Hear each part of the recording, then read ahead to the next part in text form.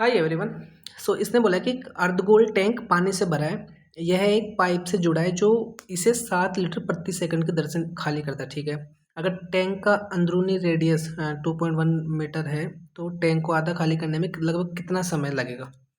पाई की वैल्यू इसने बोला 22/7 लेना। ठीक है, देखो सबसे पहले तो एक चीज़ समझो कि अगर जैसे ये टैंक है तो अगर जैसे 7 लीटर पर सेकंड में खाली कर रहा है, ठीक है, और मैं बोलूँ कि एक टैंक है जो 35 लीटर है तो ये कितना टाइम लेगा। तो अगर ये 7 लीटर निकाल रहा है 1 सेकंड में तो तो 35 लीटर को निकालने में कितना टाइम लेगा, 5 सेकंड।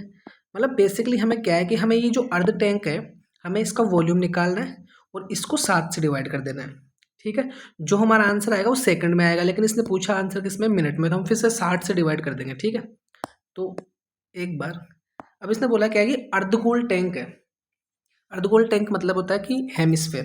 तो हेमिस्फेयर का वॉल्यूम कितना होता है, 2/3 पाई आर क्यूब। इसका वॉल्यूम वैल्यू कितना हो गया, 2/3 22/7। आर की वैल्यू है 2.1 इंटू 2.1 इंटू 2.1।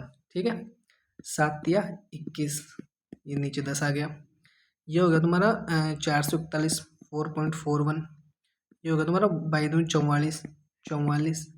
अगर मैं इसको हटा देता हूँ तो ये तुम्हारा ये हो गया 0.441 इंटू 44। ये तुम्हारा वॉल्यूम हो गया। लेकिन ये बेसिकली क्या होगा कि मीटर क्यूब में होगा, और इसने क्या बोला है 1 मीटर क्यूब की वैल्यू 1000 लीटर है। तो मैं इसको लीटर में कन्वर्ट कर लेता हूँ। तो मैं इसको बेसिकली इस मीटर क्यूब को हटा के 1000 से मल्टीप्लाई कर दूंगा, ये लीटर हो गया। तो ये 1000 को इससे मल्टीप्लाई करूँगा 441 इंटू 44।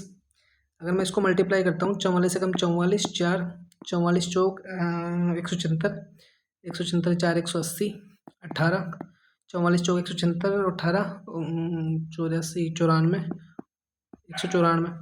अब इसने बोला क्या है, देखो कि टैंक को आधा खाली करने में कितना समय लगेगा। ठीक है, ये हेमिस्फेयर का वॉल्यूम, हमें इसका आधा वॉल्यूम खाली करना है। तो ये हो गया 0.4/2 इंटू 7। ये 7 से डिवाइड करने पे ये जो आंसर आएगा अपना सेकंड में आएगा। हमें क्या करना है, इसको मिनट में निकालना है, तो मैं इसको 60 से और डिवाइड कर दूंगा। ये कितना हो गया, एक सेकंड, 7 से कर लेते हैं। 7×2 = 14, 7×2 = 14, 7×7 = 49, 7×7 = 49, 7×2 = 14। 2 से काटता हूँ, 1 3 8 6। ठीक है, अब मैं अगर इसको 60 से डिवाइड करता हूँ तो यहाँ पे देखो 20 मिनट का मतलब हो गया 1200 सेकंड। ठीक है, और अगर मैं 3 मिनट और जाता हूँ ऊपर तो 180 सेकंड और हो गया, मतलब 1380 सेकंड हो गया। अपने पास है कितना, 1386 सेकंड। तो बेसिकली जो अप्रोक्सीमेटली टाइम होगा वो 23 मिनट होगा। ठीक है।